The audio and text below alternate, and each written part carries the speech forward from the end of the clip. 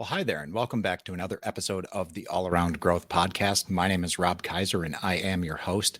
Today is Wednesday, November 16th, 2022, and this is episode number 466 of a show where you join me with my family on our small farm and homestead, where we talk about the 5 Ws and how as we grow all around here on the homestead at York Meadow Farm.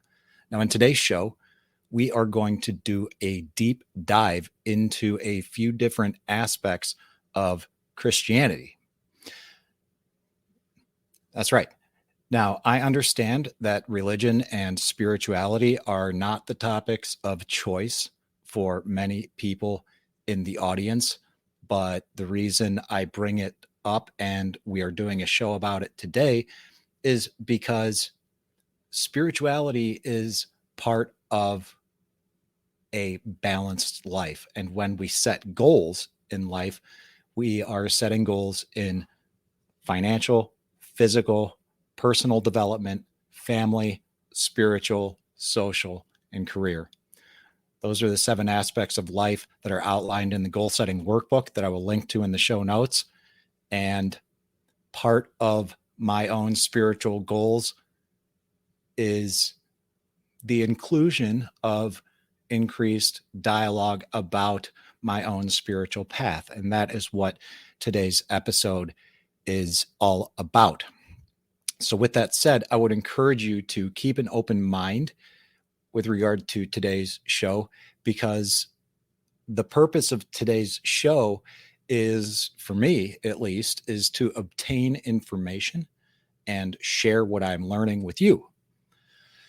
Okay, so personally, my own spiritual path has been long and arduous.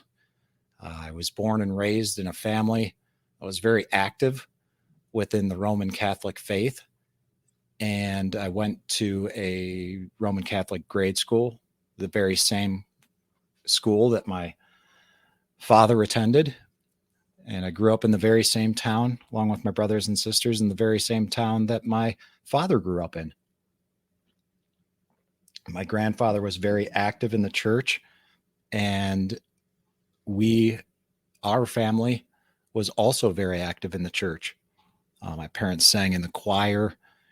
We really, it was a good childhood. I don't want to say anything negative about that, but by my late teens, I was done with it. I wanted to get away from the structure of everything. I was constantly fighting with my parents about not going to church, not wanting to go to church. And the deal was as long as I was, not an adult, that I would go to church. And then, as soon as I turned 18, I wasn't going to church anymore because I'm an adult. Right. So I didn't, for a couple of years. And then, like a lot of people, we go to college or we travel a little bit. We're in our early 20s. We find ourselves exploring things like Buddhism and such. And I certainly did, not very seriously, but, I like to talk about it and, pretend that I was into it. But I'll tell you what I really did latch onto in a big way was Taoism and a lot of the esoteric writings of various Taoist authors. And I got a big kick out of reading different translations of the Tao Te Ching specifically, and one of which my personal favorite translation of that is by an author named Thomas Cleary, I believe. And I will I'm going to try to link to everything that I'm talking about in the show notes today. But that's a great translation by Thomas Cleary. And I think that no matter what, I'll make sure that I get I believe it's the Essential Tao. That along with anyways, I'll link to this in the show notes, but that was the those were my big readings of choice in my early 20s. And then here and there throughout my 20s and 30s, I found myself trying to fill some kind of void in my life, or that's the only thing I can explain this as, because I was returning to church services of all denominations, even some Quaker Friends services down somewhere in the middle of Ohio. I was curious about that. So let's see what that's all about. Um, I was going everywhere, trying everything out, seeing what it was like, except I never attended any kind of Roman Catholic service again, because uh, you know, and I take that back. At one point, I did, and it wasn't so much that I attended a service; it was that I went there to talk with someone about this stuff. I think that it's important to talk to people when we're experiencing challenges in life, and if we're experiencing a challenge in some sort of, in this case, a spiritual aspect, then find someone to discuss this with. I don't know, like it's always good to have a mentor or something like that, someone that you can bounce things off of, and that's what I attempted to do. But when I did so at this particular church where I was attending a Bible study, by the way, by Dr. Bill Creasy, who, again, I'll try to link to in the show notes. That is a fantastic Bible study for those of you who are interested in biblical studies. Why I thought Bill Creasy was such a fantastic, just quick side note, why I thought Bill Creasy was such a fantastic person to attend a Bible study with is because he was formerly a professor at UCLA, a tenured English professor, literature professor. And once he gained tenure, he chose the Bible as the text of choice to dissect and really began diving into that. And the way that he did it was through looking at it as a text, but also referencing timelines and maps and understanding how all the various stories within the Bible correspond with one another. And it's important to understand that that's what the Bible is. It's a collection of stories written by different people in different eras in different parts of the world that are compiled into this thing that we call the Bible, right?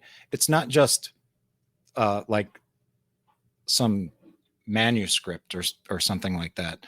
So he did a real fantastic job of teaching this course. And it was, you know, from where I was living at that time in San Marcos, right in the, like in San Elijo Hills, right near Carlsbad and Encinitas, this Bible study was at a local church in Carlsbad that was like 10 minutes from my house. So every week I was over there, studying with Dr. Creasy. And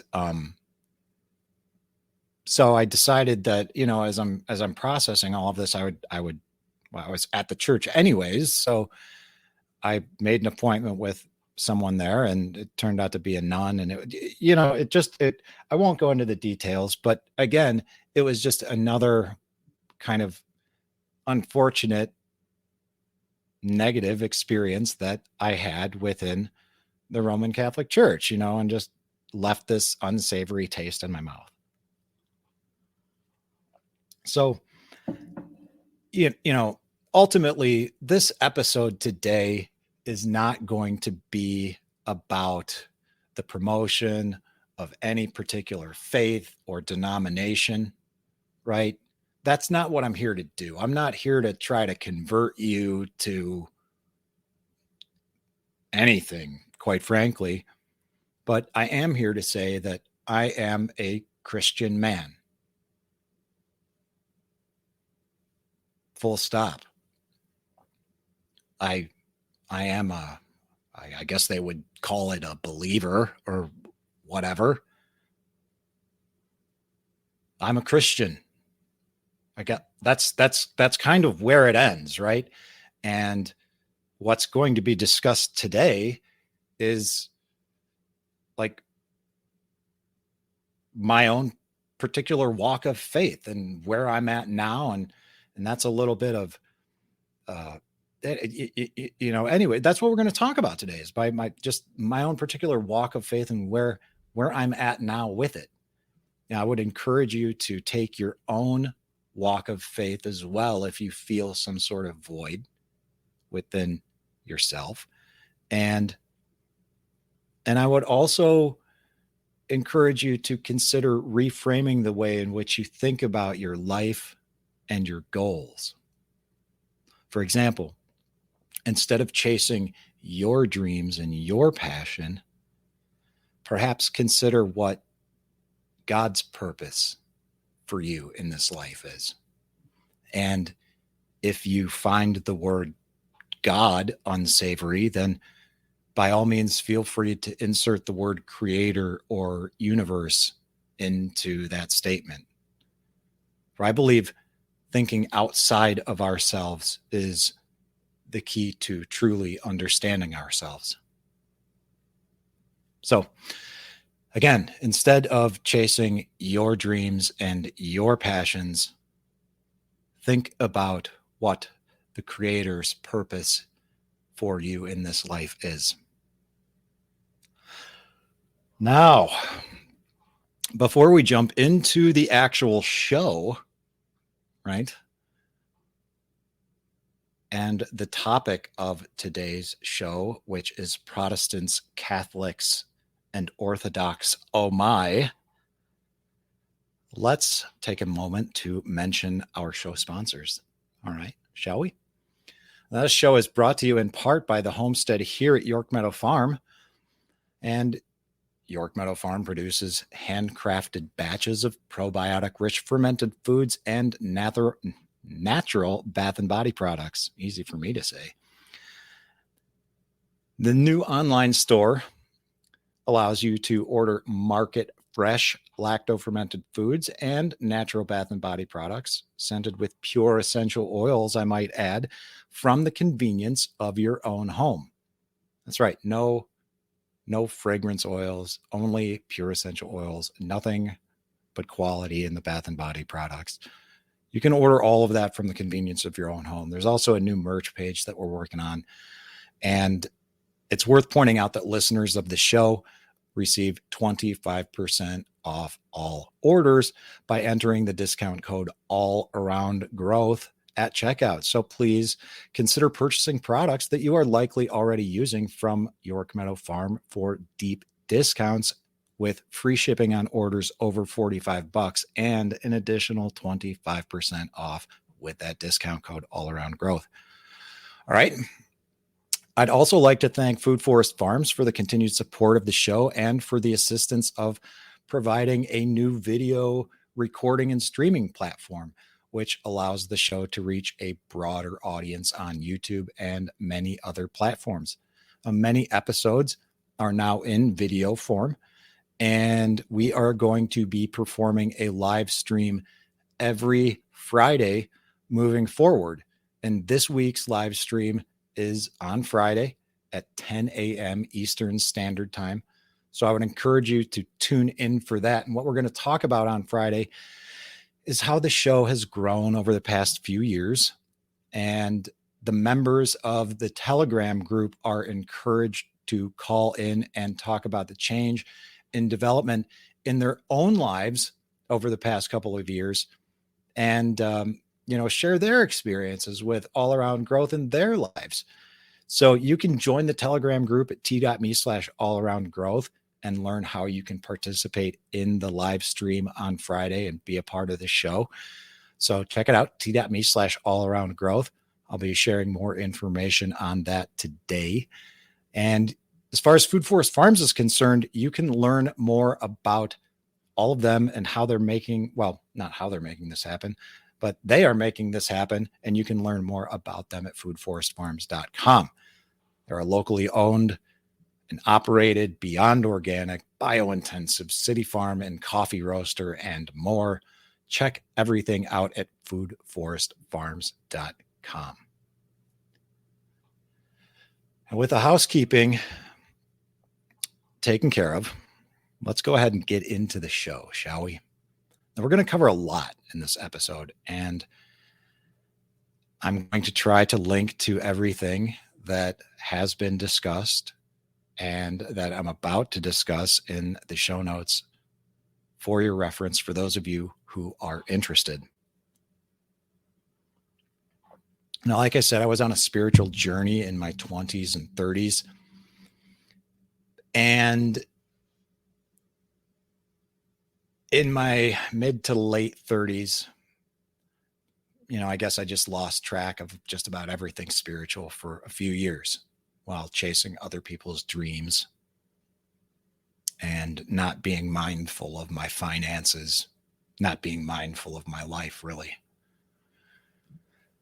So 5 years ago, I stumbled into the spiritual journey again by way of Financial Peace University. I say stumbled because that was not my objective. My objective was to get out of debt. And since financial peace is part of the story, here's how all of this went down and ties into, my spiritual journey today. I decided to attend Financial Peace University in 2017, and I attended this course at a small church in a neighboring town of Wellington. And because that was kind of a haul, it was like probably a 25-minute drive over there. But I got a lot out of it, and I wanted to attend a course the next year as well. So in 2018, I attended a course locally at a church called Heartland Church. And then in 2019, I attended the same course again at Heartland Church. The people that put on the course, Joe and Jim, were great guys. As it turns out, I ended up taking some financial coaching from Joe Maines later down the road, who I fully endorse for financial coaching. He's a great guy, helped me out a lot. And at that time, I felt the good people there. And I that kind of brought back this calling and a return to go back to church, but not Heartland, not where I was attending that Financial Peace University, because I wasn't really interested in like the mega church vibe. And that's kind of what that church was. There's nothing wrong with that, but personally, that's just not what I was interested in. So I began exploring other churches, local churches. And one that I attended was the Medina UCC, the United Church of Christ Congregational, right there on the square in downtown Medina. That's been there for 200 years. And I had a great experience there. I went there once, and I filled out a little card in the pew, like one of those I'd like to learn more cards. And later that week, someone showed up here at the homestead with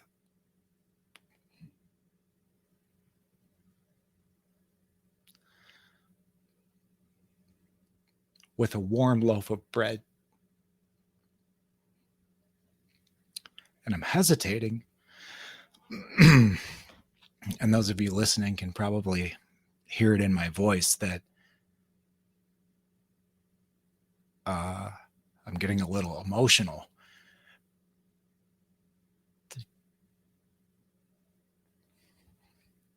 In all of my experiences with a church,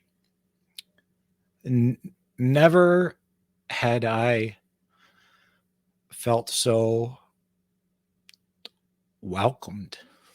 Now, I wasn't here to receive this loaf of bread, but these ladies dropped it off while I was at work, and I got home shortly after, but it was still warm by the time I got home, and it was just a wonderful act that was performed in it, and it made me feel so welcome that I went back, and I continued to go back. I enjoyed it. I enjoyed it there. I enjoyed everything about it, to the point where I even became a member for the first time in my adult life. I became a member of the church. I went out with the pastor. Shout out to Pastor Luke, and I understood he was a fan of microbrews, which I found interesting. And before I became a member, we actually shared a beer together. I believe it was at PJ Marley's in town, and I was just kind of feeling him out, asking him questions, telling him what my understanding of the Bible was, asking him what his understanding of the Bible was, and we really hit it off. And I thought, oh, right, this is cool. I'm going to become a member of this church, and I did. And then I became active there. I went on to coordinate a Financial Peace University course in 2020. I decided that was the best way to have an accountability partner, the ultimate accountability partner, because if I found myself coordinating the course and promoting the course, the only seemingly proper way to do so was to fully engage in the very thing that I was promoting, right? So that's what I did. And within 3 months after the conclusion of my very first course that I coordinated, I was debt free after 3 years of grinding it out. It worked. And surprisingly, my all of this resulted in me being asked to serve as the interim treasurer due to the fact that the past treasurer had unexpectedly passed away. And I decided that there was a reason why this was happening, and I would go ahead and move forward with it. And I did exactly that. I served as an interim treasurer, and when I realized that the responsibilities were likely too much to shoulder in addition to everything else that I was taking on, I relinquished my responsibilities within the church as the treasurer, which actually worked out well because someone else on the council wanted to give up their position but still serve on the council, which the treasurer did. And that was actually, being on the church council and being an active member in the church was an interesting experience. I'd never done anything like that before. I'm very grateful for the experiences that I had, the relationships that were built and developed. It was just a wonderful experience with wonderful people.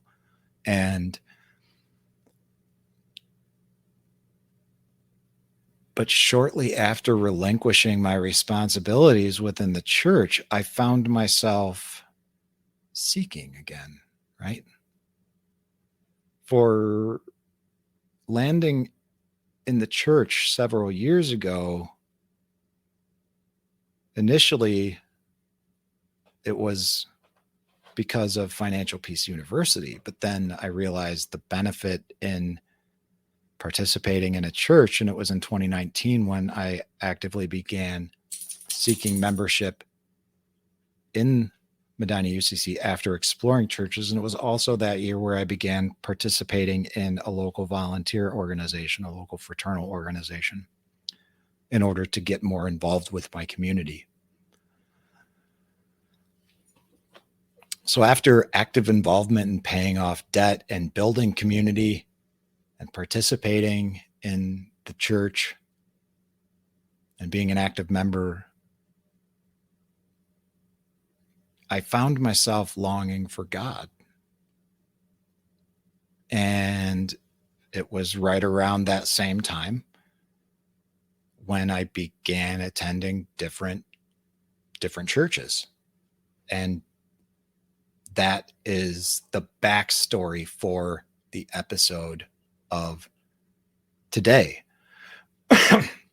Right? Because the very first church that I attended in March of 2022, March of this year, was an Orthodox church. And like I said, the title of today's show is Protestants, Catholics, and Orthodox. Oh my. And, we're really going to dive into the differences between like the Roman Catholic Church and the Orthodox Church, and then my experiences with the Orthodox Church, because that was the very first church service that I attended in March of 2022. I attended Divine Liturgy on March 13th. And it was such a powerful experience that all church services that I have attended since then have been Orthodox services, have been Divine Liturgy services at different Orthodox churches throughout the Northeast Ohio area, Cleveland, Akron area.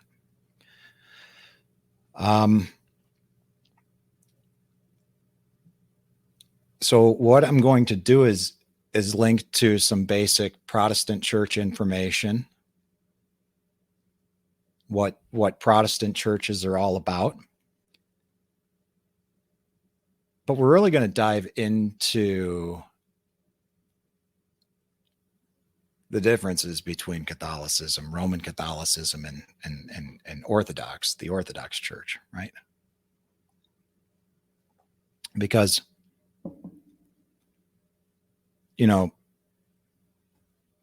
in the United States, we've really got the two camps of evangelicals and Protestants over here, and then the Roman Catholics over here, the Catholics and everyone else. That's kind of where we're at. And then there's like, you maybe know of someone or know of someone that knows someone that's Orthodox, but that's not really the majority in this country. Yet that is where I'm being drawn. And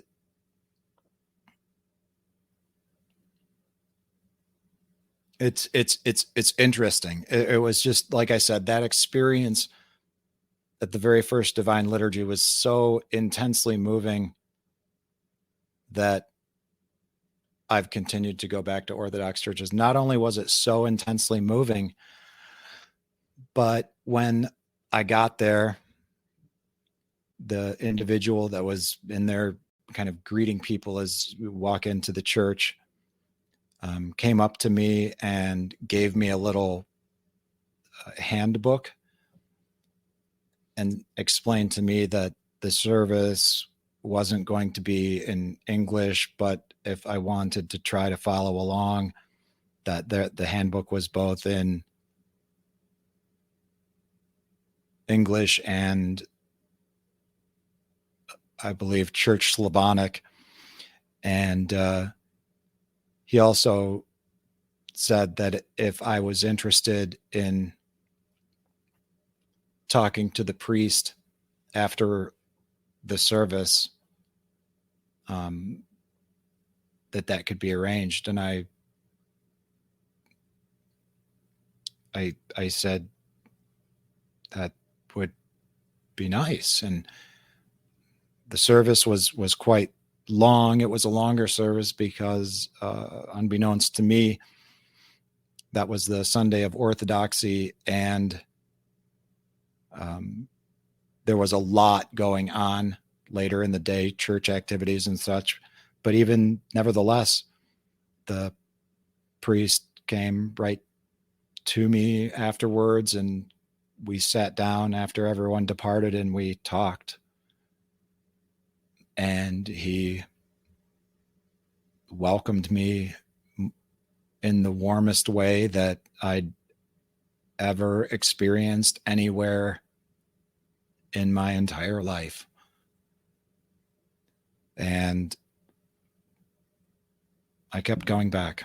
And not only that, but the particular Orthodox church that I went to was a Russian Orthodox church, not only specifically like a Serbian Orthodox church. And I continued to explore many other Russian Orthodox churches for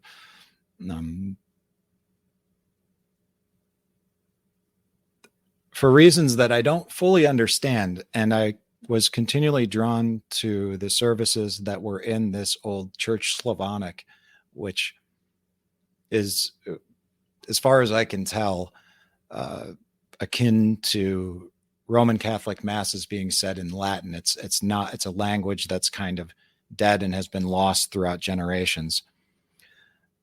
So I really understand very little of what's going on, but the service, although there are some pretty distinct differences between that and the old Mass, which I'm accustomed to, which we attended growing up, there's enough similarities that I kind of understand what's going on and can just follow along with people when they stand and sit to not look like a complete fool. But nevertheless, let's take a look at and read and understand some of the differences between the Roman Catholic Church and just the Catholic Church in general, right? So I'm going to share an article, and I'm just going to read something from catholicsandcultures.org/Eastern Catholic Churches. I will link to this in the show notes as well. And this will be a much better way of explaining than me doing so in my own words. So let's go ahead and read this. The Catholic Church is actually comprised of 24 churches, one Latin or Roman church, which comprises perhaps 98% of all Catholics worldwide, and 23 Eastern or Oriental churches. All recognize the authority of the papacy, but within the parameters of a shared creed, each church has its own forms of liturgy, devotions, and traditions. Each has its own hierarchy under a patriarch or archbishop and distinctive Eastern legal canons. Liturgy is a defining aspect of these churches' identity. All of these churches embody traditions and practices that are at least a millennium old and are heirs to the original Christian tradition of a particular region. Many trace their origins back to the apostles or to apostolic times. The term Eastern is often interpreted to refer to the churches that grew out of the liturgy and traditions of ancient Church of Constantinople, capital of the eastern half of the Roman Empire. But it also extends beyond that to churches formed in communities from present-day Egypt through Syria, Iraq, Ethiopia, and India. Peter Brown summarizes, quote, "In the past 30 years, a scholarly revolution has altered our notion of the first 1,000 years of Christianity. Scholars have turned to Africa and Asia to discover ancient variants of Christianity whose vast, largely forgotten presence once dwarfed the fragile beginnings of the Catholic Church in Europe. We used to think that Christianity spread almost entirely in the Greek and Latin worlds. Now we realize that ancient Christianity was like a great comet. Its luminous trail once swept across the globe, from the Horn of Africa to the coast of Tamil Nadu, and from Mesopotamia to the court of the Emperor of China. Christian communities linked by tenacious networks of trade and diplomacy could be found in all those places. The Eastern Catholic churches discussed here are the Catholic descendants of these early churches. Orientalum Ecclesiarum, the Second Vatican Council's decree on the Eastern Catholic churches, asserts that the, quote, variety, close quote, that the Eastern churches represent, quote, within the church in no way harms its unity, rather it manifests it, close quote. All of the churches the decree reinforces are of equal dignity to each other and to the Western Church under the authority of the Pope.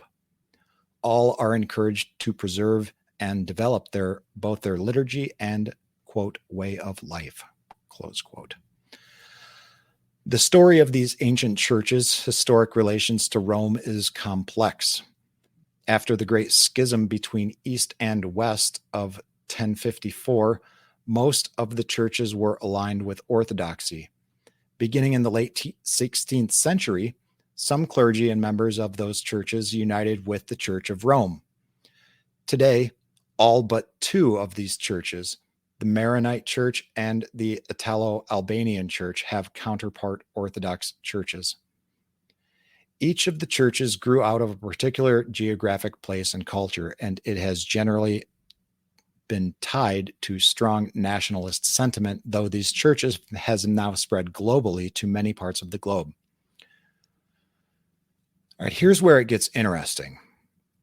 The Eastern churches are generally grouped into 5 liturgical traditions, as far as I can tell, according to catholicsandcultures.org. We've got the Alexandrian liturgical tradition originating in Egypt, which involved the Coptic Catholic Church, the Eritrean Catholic Church, and the Ethiopian Catholic Church. And then we've got the Antiochian liturgical tradition originating in Antioch and West Syria, which involves the Maronite Church, the Syrian Catholic Church, and the Syro-Malankara Catholic Church. And then we've got the Armenian liturgical tradition, which involves the Armenian Catholic Church.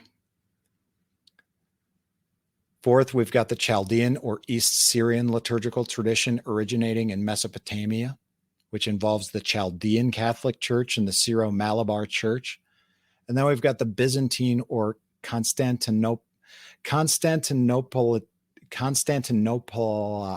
easy for me to say, Constantinopolitan.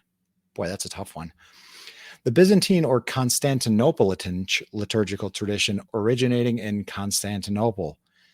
And this is perhaps the largest of all of these various churches in these 5 different liturgical traditions. And these churches include the Albanian Catholic Church, the Belarusian Catholic Church, the Bulgarian Catholic Church, the Croatian Byzantine Catholic Church, or the Croatian Greek Catholic Church, the Greek Catholic Church, the Hungarian Catholic Church, the Italo-Albanian Catholic Church, the Macedonian Catholic Church, the Melkite Greek Catholic Church, the Romanian United Catholic Church with Rome, the Russian Catholic Church, the Ruthenian Catholic Church, the Slovak Catholic Church, the Ukrainian Greek Catholic Church. Now,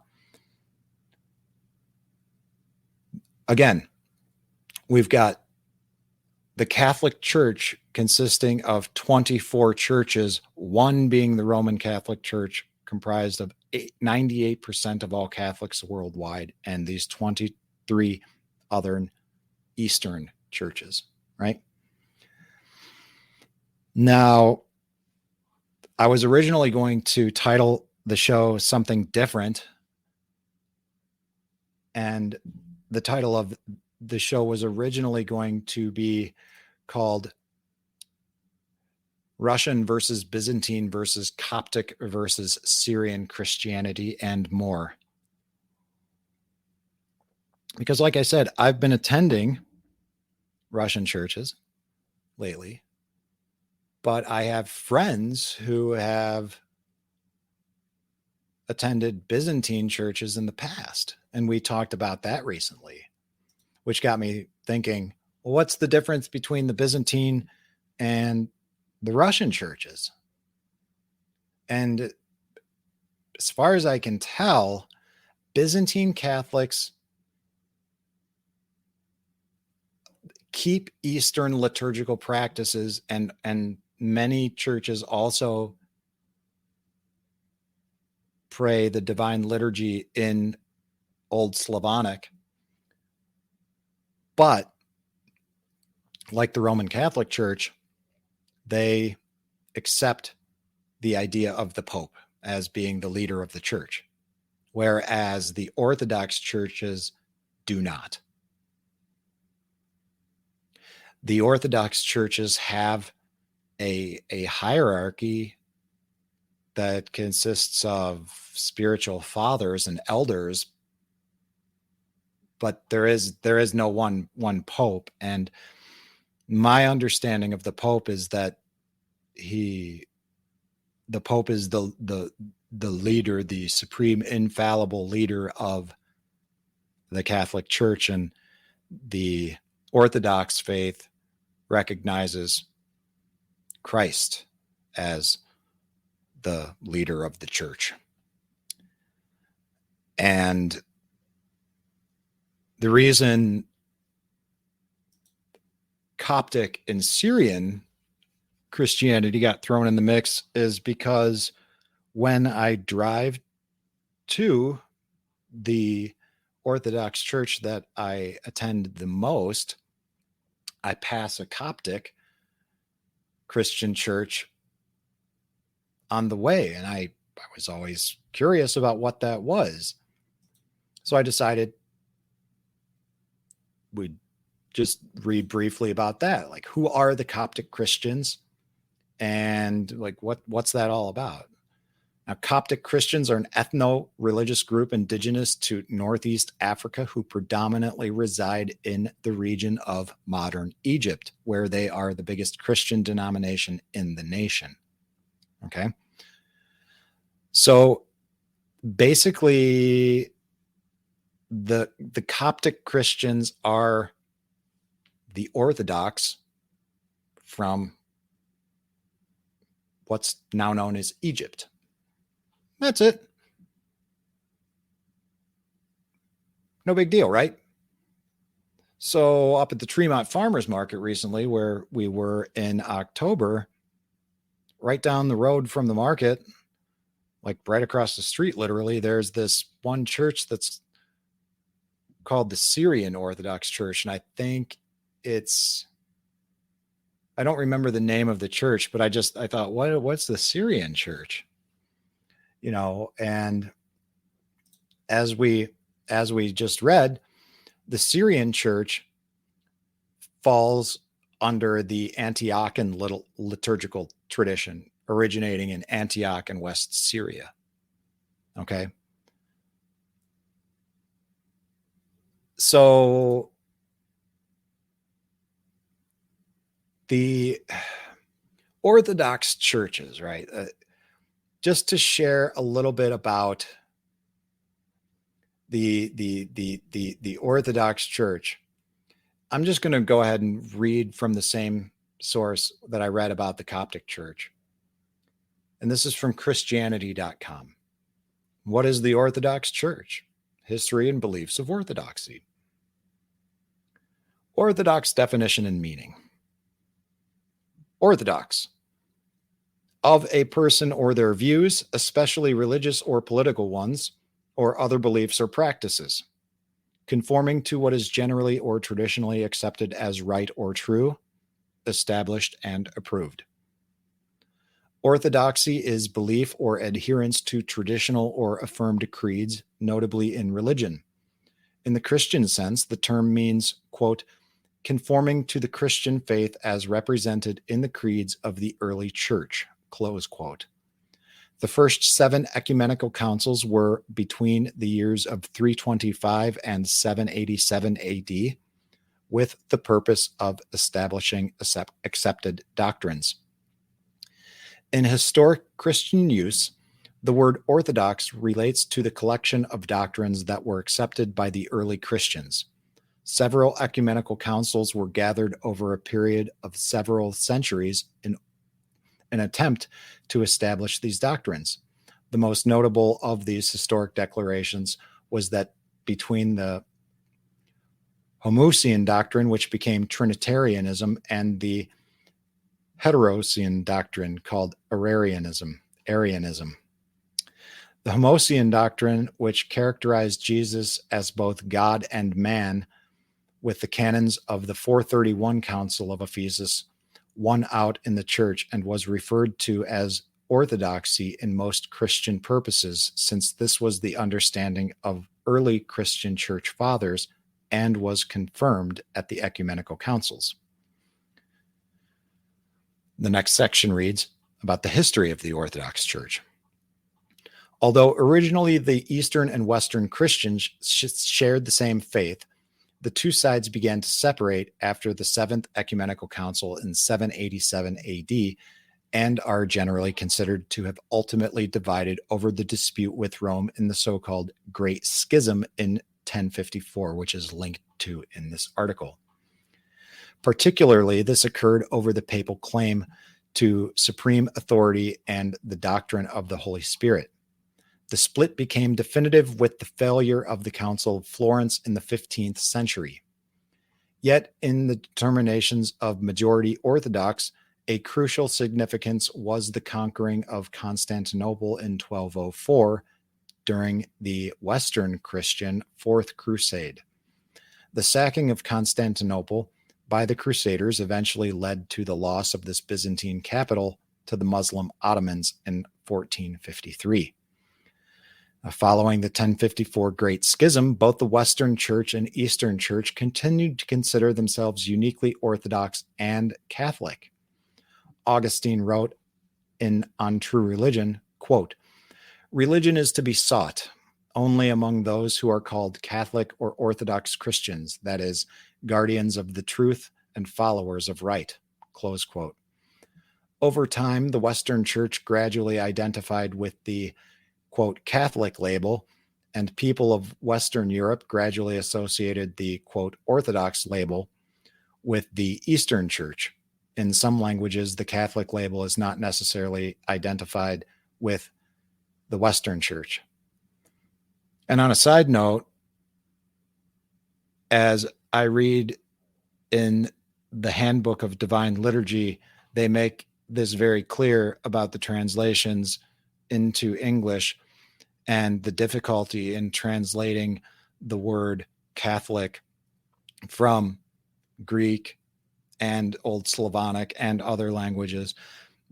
There's controversy over the best translation of the word Catholic into English, whether the accurate translation of the word is actually Catholic or universal. But that's maybe another discussion for another time. Back to the article. This was a note of the fact that both Catholic and Orthodox were in use as ecclesiastical adjectives as early as the 2nd and 4th centuries, respectively. Now, belief and worship of the Orthodox Church. Eastern Christianity emphasizes a way of life and belief that is manifested especially through worship. By preserving the conventional method of worshiping God passed on from the very beginnings of Christianity. Eastern Christians maintain that they acknowledge the true doctrine of God in the right or orthodox way. The Bible of the Orthodox Church is that of most Western churches, except that its Old Testament is based not on the Hebrew, but on the ancient Jewish translation into Greek called the Septuagint. I'm not sure how to pronounce that. The wisdom of the fathers of the church is fundamental to the Orthodox way of life, as today's successors of the, quote, true faith and church close quote, passed on in its most authentic form. By maintaining the virtue of the received teachings of the apostles, followers are more conscious of the inspiration of the Holy Spirit being present both in history and in the modern day. Fasting and prayer represent an essential part of the Orthodox Christian life. Orthodox believe that fasting can be, quote, foundation of all good, close quote. The discipline of withholding food from the body can empower a believer to focus the mind completely on preparing for prayer and spiritual matters. There are 4 central fasting periods: the Great Fast, or the period of Lent, the Fast of the Apostles, which is 8 days after Pentecost until June 28th, which ends with the feast of St. Peter and St. Paul. The Dormition fast begins on August 1st and ends on August 14th. And the Christmas fast begins on November 15th and goes through December 24th. Now, the Orthodox Easter, or Pascha, Easter is the most meaningful and holy season of the Orthodox Church calendar. Orthodox Easter primarily commemorates the resurrection of Jesus Christ with a series of celebrations or movable feasts. In Eastern Orthodox Christianity, the spiritual preparations begin with Great Lent, 40 days of introspection and fasting, including Sundays, which starts on Clean Monday and finishes on Lazarus Sunday. Again, in this article, guys, there are many embedded links if you are interested in reading this and learning more about what it is that I'm talking about here. According to learnreligions.com, Clean Monday falls 7 weeks before Easter Sunday. The term, quote, Clean Monday refers to cleansing from sinful behavior through the Lenten fast. Lazarus Sunday occurs 8 days before Easter Sunday and signifies the end of Great Lent. Next comes Palm Sunday, 1 week before Easter, commemorating the triumphal entry of Jesus Christ into Jerusalem, followed by Holy Week, which ends on Easter Sunday, or Pascha, or Pascha, however that's pronounced. Fasting continues throughout Holy Week. Many Orthodox churches observe a Paschal Vigil, which ends just before midnight on Holy Saturday or Great Saturday. The last day of Holy Week is the evening before Easter. The Orthodox Creed, or the symbol of faith, is as follows. I believe in one God, the Father Almighty, maker of heaven and earth, and of all things visible and invisible, and in one Lord Jesus Christ, the Son of God, the only begotten, begotten of the Father before all ages, light of light, true God of true God, begotten, not made, of one essence with the Father, by whom all things were made, who for us men and for our salvation came down from heaven, and was incarnate of the Holy Spirit and the Virgin Mary, and became man. And he was crucified for us under Pontius Pilate, and suffered and was buried. And the 3rd day he rose again, according to the Scriptures, and ascended into heaven, and sits at the right hand of the Father. And he shall come again with glory to judge the living and the dead, whose kingdom shall have no end. And in the Holy Spirit, the Lord, the giver of life, who proceeds from the Father, who with the Father and the Son together is worshipped and glorified, who spoke by the prophets, in one holy Catholic and Apostolic Church. I acknowledge one baptism for the remission of sins. I look for the resurrection of the dead and the life of the world to come. Amen. And to conclude this article, it lists the Orthodox churches in America. And the following list includes the largest Eastern Orthodox jurisdictions within the United States, which are as follows. The American Carpatho-Russian Orthodox Diocese, the Antiochian Orthodox Christian Archdiocese of North America, the Greek Orthodox Archdiocese of America, the Orthodox Church in America, the Russian Orthodox Church outside Russia, and the Serbian Orthodox Church in the USA and Canada. So at this point in time, as of November 16th, 2022, we are almost an hour into this episode titled Protestants, Catholics, and Orthodox, Oh My. And first of all, I'd like to thank those of you who have continued to listen up to this point. I understand that there was not much discussion about Protestantism and Roman Catholicism. But like I said, my own personal spiritual path has led me to the exploration of the Orthodox Church, specifically the Russian Orthodox Church and the Serbian Orthodox Church, which I have attended with the most frequency of all the Orthodox churches, Russian Orthodox churches. I have not really gone out of my way to learn much about the differences between the Orthodox faith and the Western Catholic faith up until this point, quite frankly. The reason I am doing so is because I am passionate about learning more. And like I said, this episode was not about, and I hope that it didn't come across in this way, but I'm not here to promote any particular faith or denomination. And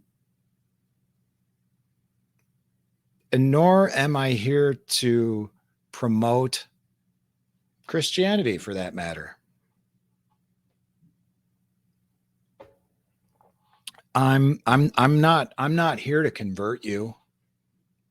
That's not my objective. I'm not here to evangelize or do anything of that nature. And if this episode came across in some sort of preachy or evangelical way, I apologize. That was not my intent.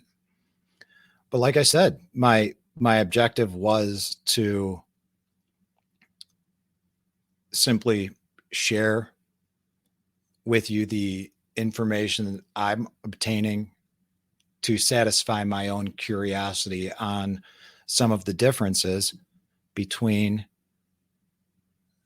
the Roman Catholic Church and the Orthodox Church, and also the Byzantine Church, because that was something that came up in conversation just a couple of days ago with my friends Guy and Terry, as I went over to Guy's place to play some tunes on Sunday. And we got to talking about that, and it was just a wonderful discussion, and it really got me thinking about all of this again. So hopefully, for those of you who did listen, you found this to be of value and benefit. And if you are interested in learning more, then I will most certainly link to everything that was discussed in the show notes. And I would encourage you to check out those links if you are curious in learning more about everything that was discussed in the episode today, as well as the show sponsors, York Meadow Farm and Food Forest Farms. So with that, guys, I appreciate you being here with me again today, and I look forward to catching you in tomorrow's episode, where we will be talking about the Appalachian String Band Music Festival, otherwise known as Clifftop. And I will be attending that next year in 2023, one of the first of few big commitments that big events that I've committed to.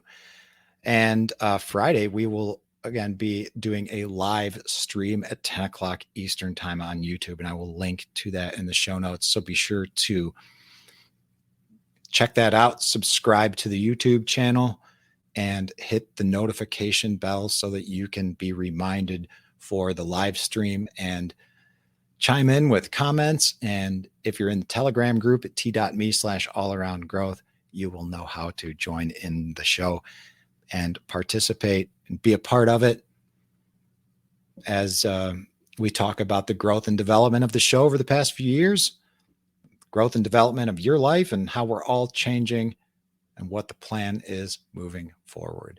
So I look forward to all of that Thursday, Friday, and wherever else the future takes us together. Until next time, guys, this is Rob Kaiser, and thank you.